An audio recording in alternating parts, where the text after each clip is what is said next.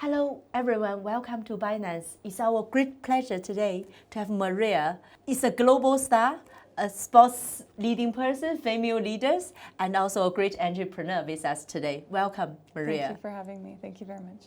It's such a great pleasure to have you with us today. Thank You are somebody we don't need any introduction. Everybody know you are a great female leader, in your profession, and then so it's such an inspirational figure also in our industry. Maybe there's millions questions actually we want to know about you. I don't think I can do millions. Maybe I start with the first one. What was your dream when you were a young girl? Well, actually, from a very young age, I wanted to be an architect. Sport was not something that I really had an example of because my parents were not very sporty. My dad played a little bit. He thought he was an athlete, but dads always think that way. So I was more creative. Like I love doing things with my hands. But one day I went to the park and I started playing tennis, and from there I just started developing this incredible dream. And I had a little bit of talent, but as we all know, in every single industry, that talent only gets you so far, and then you have to continue with hard work and a little bit of luck, and I think putting all those things together, you form a career. Fantastic. You talk about talent plus hard work and luck. And then one of the things people can shape is really the hard work. Yes. And then this is why actually in our industry, people are working really hard to really making a future. Is there anything in Web3, you can think with your own career path, what kind of advice you can give to the females in this industry? Well, I always think of quality in work, and even though this is a new industry, I'd suggest whether it's development, whether it's design or creativity, is to follow with passion and quality work, as opposed to just putting things out there just to see if they stick or not. I'm someone that likes to see a project through for several years, not just to launch something, see someone purchase it and never be used again. So I like to see this evolution, and this category is obviously here to stay, but it's about how do you make a meaningful impact and then build upon it in the future. Fantastic. You talk about profession.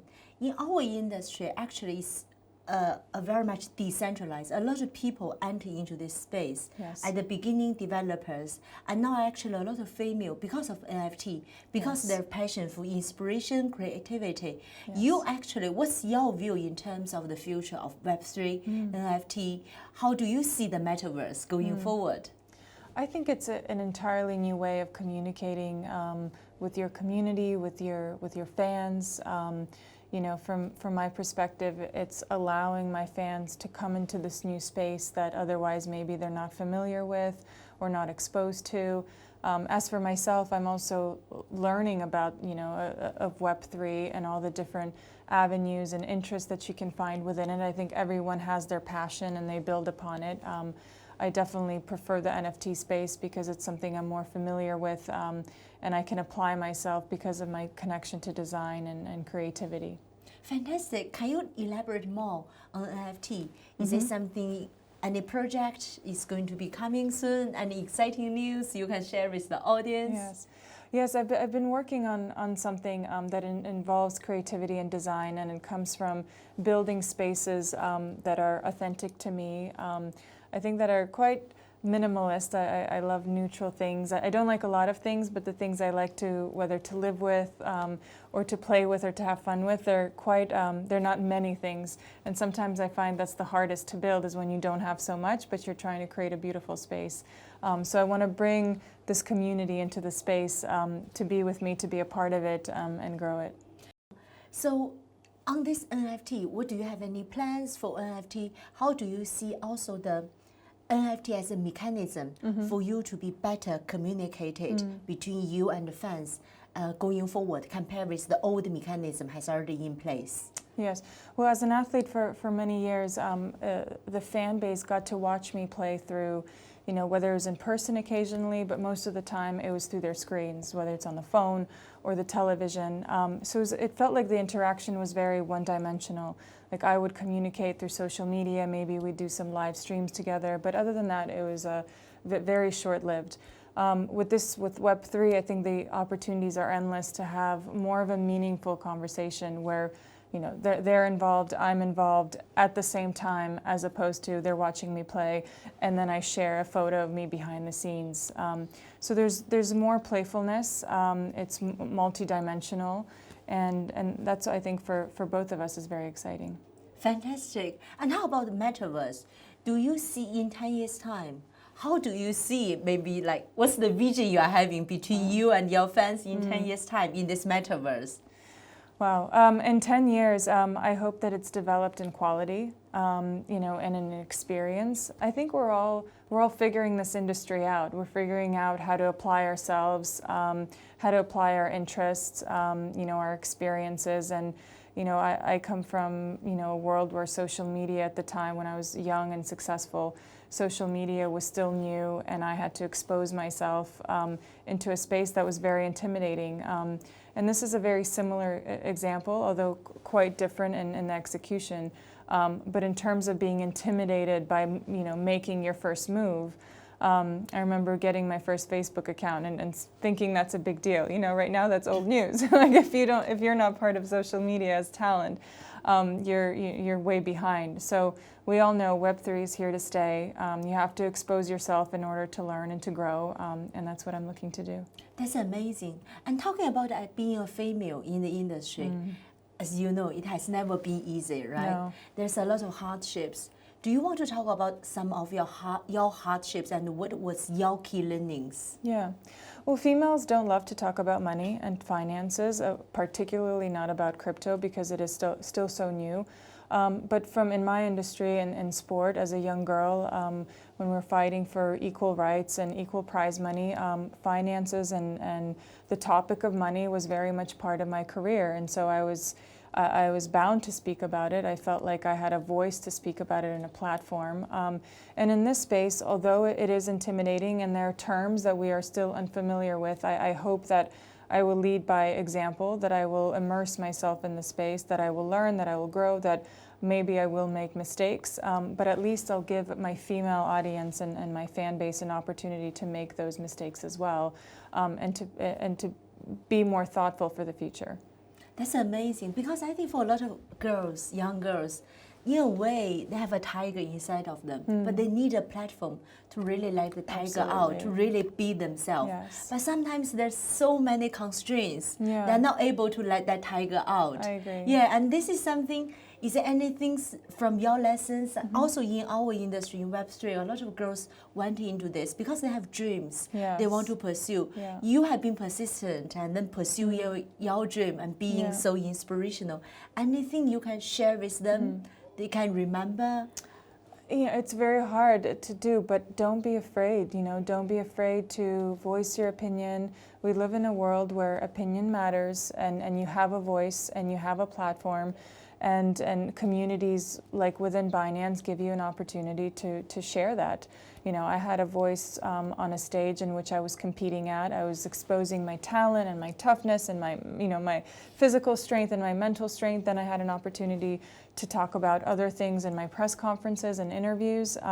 Now we are shaping our thoughts in a different way within Web3. And as a female entrepreneur, I hope that I can give a little bit more confidence to the female community to also get involved. That's amazing. And talk about Binance. How did you get to know Binance in the first place, and what is your impression? Yeah, well, it's all about diversification. As an athlete and an entrepreneur, I wanted to start making investments, and 10, 12 years ago it was into consumer goods. Now I'm making more investments into the crypto world. So it's about diversifying your platform and understanding what you're passionate about and what works and what doesn't, and that takes time. Sure. And then actually in Binance, like what you said, we're actually really passionate about inclusive development, also Yes. to empower women. Yes. And then we have our charity, and actually particularly have programs to empower young girls Yes. around the globe. And an educational platform as well, which I Totally. think is so important. And in any new space that women or men are getting into, the educational aspect, to know what you're doing is such a big piece of this puzzle. You have to make decisions, of course, but get to know it, learn about it, go to there's so many resources now, and Binance is doing a tremendous job of that. Fantastic. I also want to talk about the values because versus Web 2, right?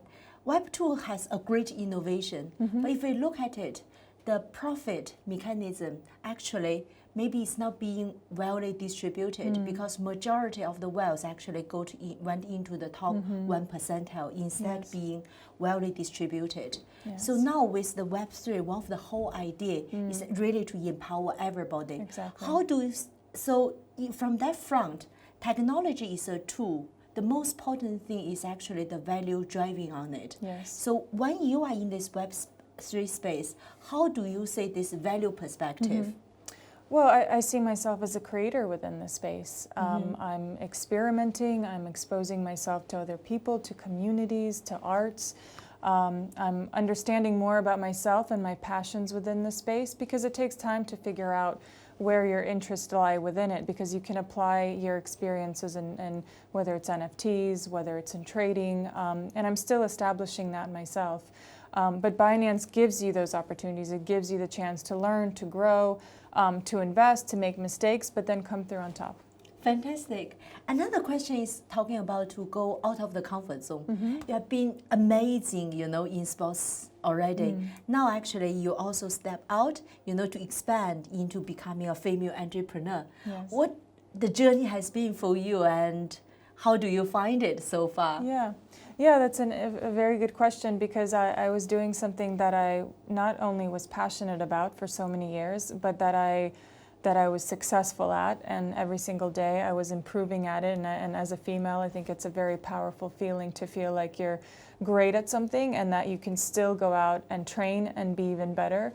And that following chapter, I have to realize that it takes time to build. It takes moments of success, and in the beginning it takes moments of failure. And I think, when you talk about exposing yourself to making mistakes, and particularly as intimidating as this category is, I think we all have to make some steps into it. And I don't know if it's mistakes or maybe just learning curves, but we all kind of have to figure it out and get through those moments to understand the value that it can bring to us. That's brilliant.